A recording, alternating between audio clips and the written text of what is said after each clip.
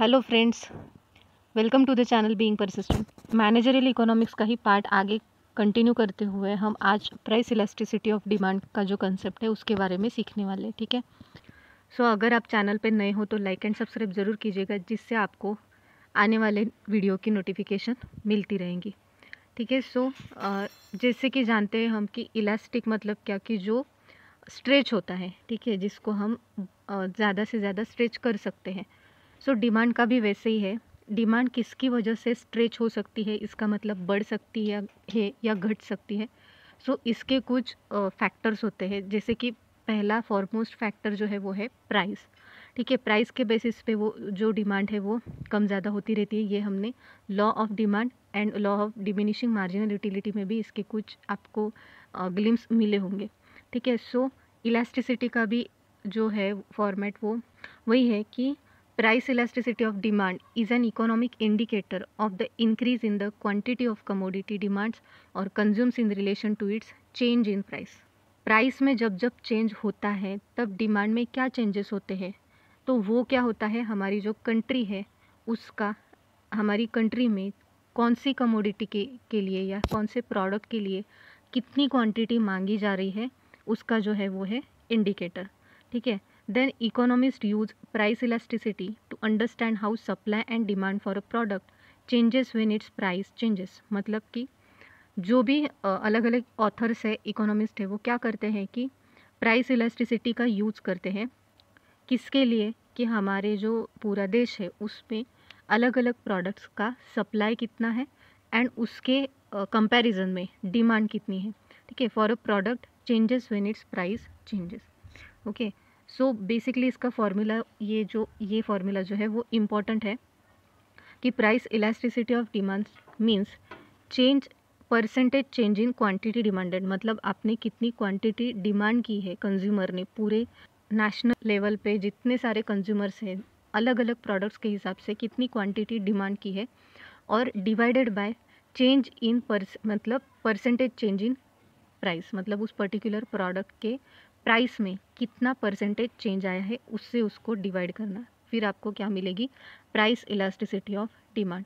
उस particular product के बारे में आपको एक आइडिया लग जाएगा, या एक आप कह सकते हो कि प्राइस के कंपैरिजन में आपकी डिमांड कितनी है। ठीक है, इसका एक आपको इंडिकेटर या परसेंटेज मिल जाएगा।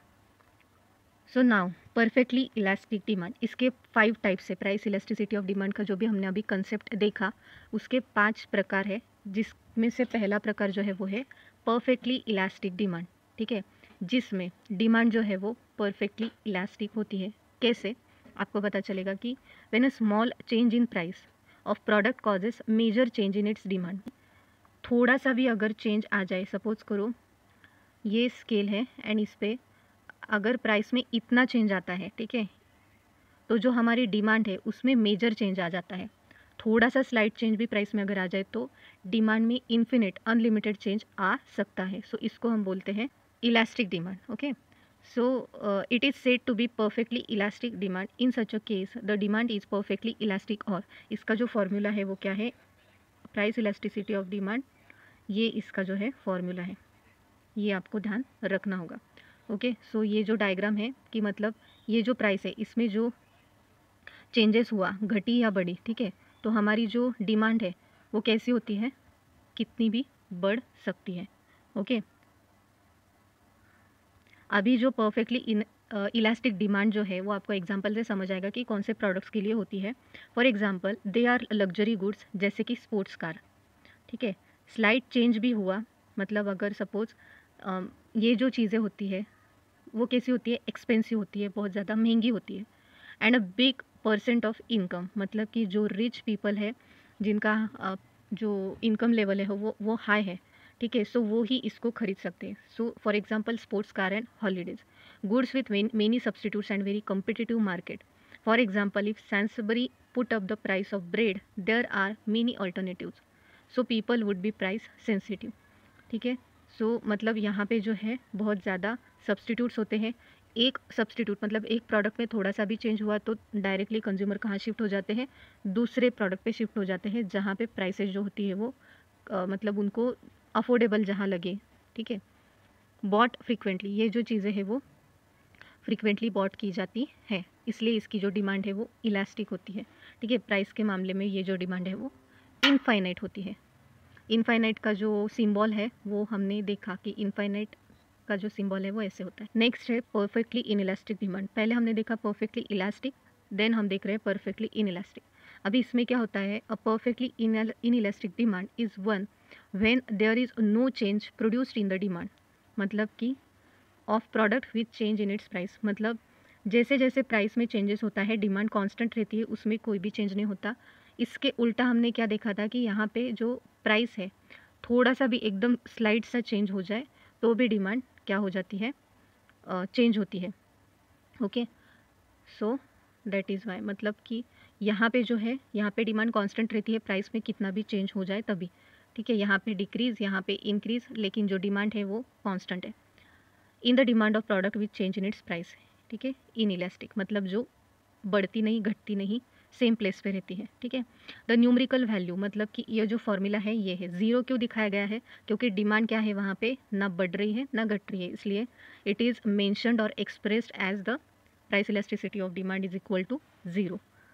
सो अभी ये जो डिमांड है वो कौन से प्रोडक्ट के लिए होती है, सपोज ये जो डिमांड है वो क्लोथ सब्सटीट्यूट्स के लिए होती है। क्यों, क्योंकि they have few or no close substitutes, petrol, cigarette. देखो कि पेट्रोल जो है उसको कौन सा भी सब्सटीट्यूट नहीं है, मतलब आपको अगर आपके पास अगर कार है तो पेट्रोल के जो दाम है वो कितने भी बढ़ जाए आपको पेट्रोल भरना ही पड़ेगा, because without petrol you can not drive your car. Then cigarette जो है, अभी जो एडिक्टिव पीपल्स रहते हैं तो उनका कैसा रहता है कि प्राइसेस कितनी भी ज़्यादा हो, उनके एडिक्शन की वजह से वो सोचते नहीं है कि इसकी प्राइस बढ़ गई है तो मैं इसको नहीं क्या करूँगा, कंज्यूम करूँगा, वो करती है। ठीक है, then the cost of a small percent of income और आर बॉट इनफ्रीक्वेंटली। ठीक है, मतलब हम क्या पेट्रोल डेली भरते हैं क्या, नहीं, इंटरवल, टाइम इंटरवल में हम भरते हैं। सो आई होप आपको ये भी जो कंसेप्ट है ये समझ में आ गया होगा। नेक्स्ट है relatively elastic demand. Relatively elastic demand, इसका मतलब कि आपकी अगर प्राइस इतनी बढ़ती है सपोज, तो आपकी डिमांड जो है वो उससे ज़्यादा बढ़ेगी। प्राइस में जितना चेंज हुआ है, सपोज प्राइस में 50% अगर चेंज हुआ है तो आपके डिमांड में कितना चेंज हो जाएगा, 70%। ओके, इस एग्जांपल से आपको पता चलेगा कि P2 एंड P1 ये जो है वो चेंज किसका है, ये प्राइस का चेंज है। एंड आपको पता चलेगा कि Q1 एंड Q2 वो P1 P2 का जो चेंज है उससे ज़्यादा है।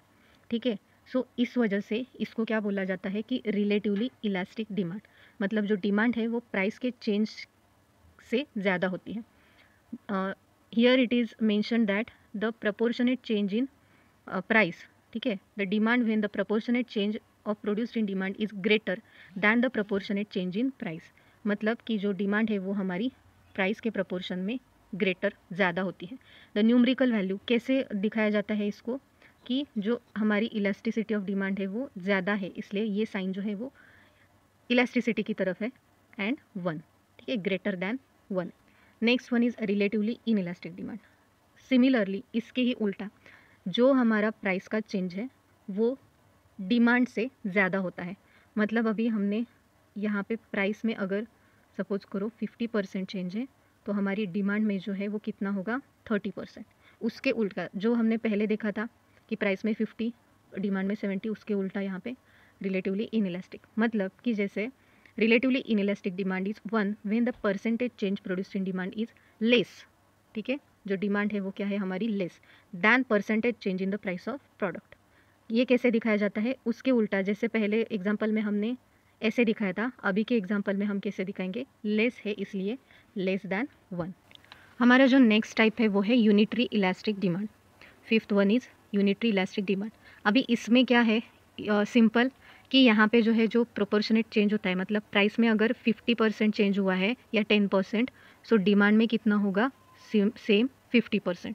ठीक है, सो जो चेंज प्राइस में हुआ है वही प्रोपोर्शनेट चेंज डिमांड में भी होगा। सो इसी को हम बोलेंगे यूनिटरी इलास्टिक, एंड इसका फॉर्मूला जो है वो क्या है, elasticity of demand is equal to 1, क्योंकि ये बराबर है इसलिए। ठीक है, यहाँ पे भी वही दिया गया है। सो आई होप आपको आज का जो वीडियो है वो अच्छा लगा होगा। Stay safe, be healthy.